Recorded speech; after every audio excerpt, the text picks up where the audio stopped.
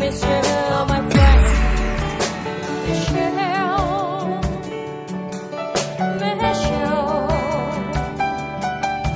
you're an angel from heaven above. So what sets singer-songwriter Sachiyo Nagakagi apart from the rest? Born in Tokyo, the Japanese songstress claims to be very much Singaporean at heart. Sachiyo's father, who was in the business of manufacturing electrical parts, moved the family to Singapore in the 70s, and at age 4 was when Sachiyo's Singaporean childhood began.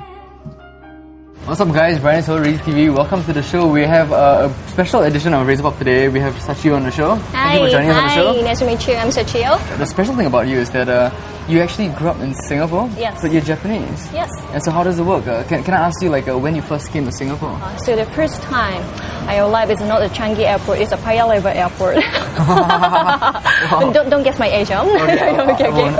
Yeah. So anyway, at that time, I strongly remember that's the first time I arrived in the Paya Lebar airport. Wow, so wild, so primitive. And It's just trees everywhere. Yes, and kampong, right? Oh, yeah, very ulu place. Yeah. And it seems like many kinds of the races, many people, and many languages, and I totally couldn't understand. It seems like very foreign country for me. So, but okay, let's try lah. Coming from a traditional Japanese upbringing, Sachiyo explains that she had to leave behind her gentle Japanese ways and accustom herself to Singaporeans' straightforward nature. Yeah, because the first time I came here, I was so shy. Yeah, so I always check in the people's face, and it's too strong for me. So, but all the teacher in the kindergarten asked me to express yourself. Okay. What you are thinking inside, and you have to express. Otherwise, you cannot survive in Singapore. So, okay, I try one by one. Okay. Then become not shy anymore, and nobody believed that I was shy before. Yeah, so I think now I'm already Singaporean. Yep. Sachiyo learned English at a British kindergarten and had her primary and secondary school education in a Japanese school here. By age 15, she had spent a good number of years in Singapore, and her parents decided it was time for her to go back to her roots. But my parents wanted me to maintain my identity as a Japanese. So they asked me to go back to Japan to study more about Japanese culture. Okay. Otherwise, you become a Singaporean. Yeah, so I decided to go back to Tokyo. But this kind of my second culture shock.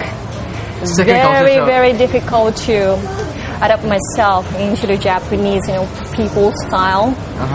So all my Japanese friends said to me that your way of speaking Japanese is very straightforward, very strong.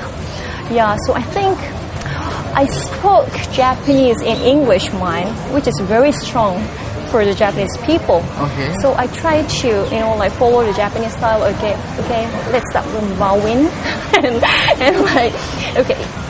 to try to choose if possible, you don't mind to do this, and then try to choose the soft impression of Japanese. The culture is softer, it's more gentle. Yeah, more gentle and more polite, and ambiguity is While Singapore, we're more straight to the point, right? Very strong. Yeah, straightforward. Do you feel more Singaporean or do you feel more Japanese?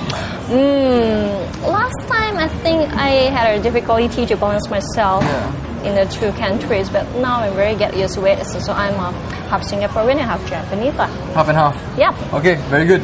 With a good part of her youth spent in Singapore, Sachiyo is now using her music to find her childhood friend Michelle.